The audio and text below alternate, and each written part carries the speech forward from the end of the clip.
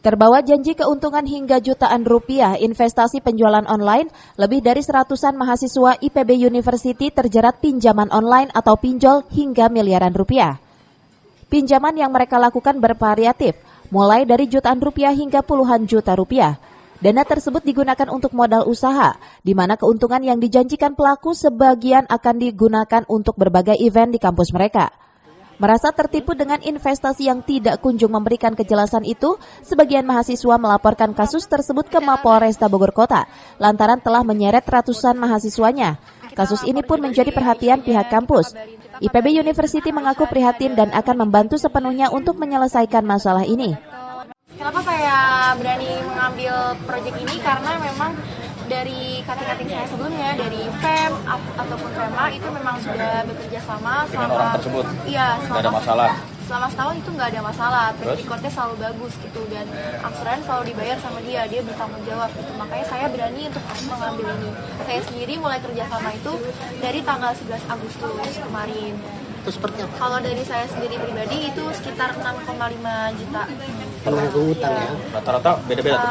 Beda-beda. Ada teman saya paling tinggi itu 29 juta.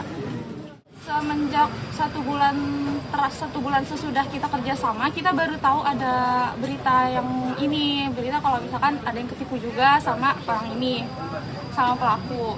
Terus di situ kita langsung berniat buat bikin laporan kan, buat ke polisi, karena kita juga merasa kita ditipu karena dia selalu mengundur-mundur waktu buat pembayarannya. Dia juga bilang katanya oke, bulan depan, tapi nggak pernah dibayar sampai sekarang.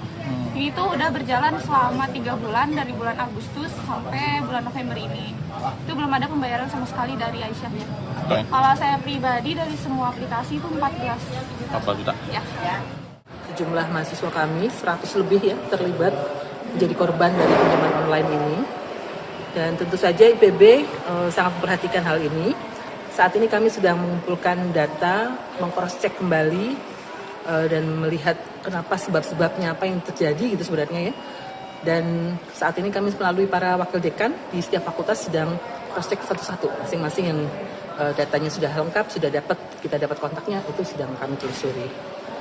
Dan IPB juga kami menghimbau pada seluruh mahasiswa yang merasa menjadi korban dari kejadian ini untuk melaporkan diri melalui help center.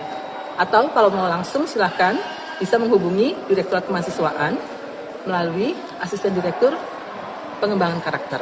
Ya, jadi nanti di sana akan dibantu bagaimana untuk menyelesaikan masalah ini. Ya, karena ini sudah melibatkan banyak sekali mahasiswa, maka IPB tentu saja akan membantu menyelesaikan masalah ini.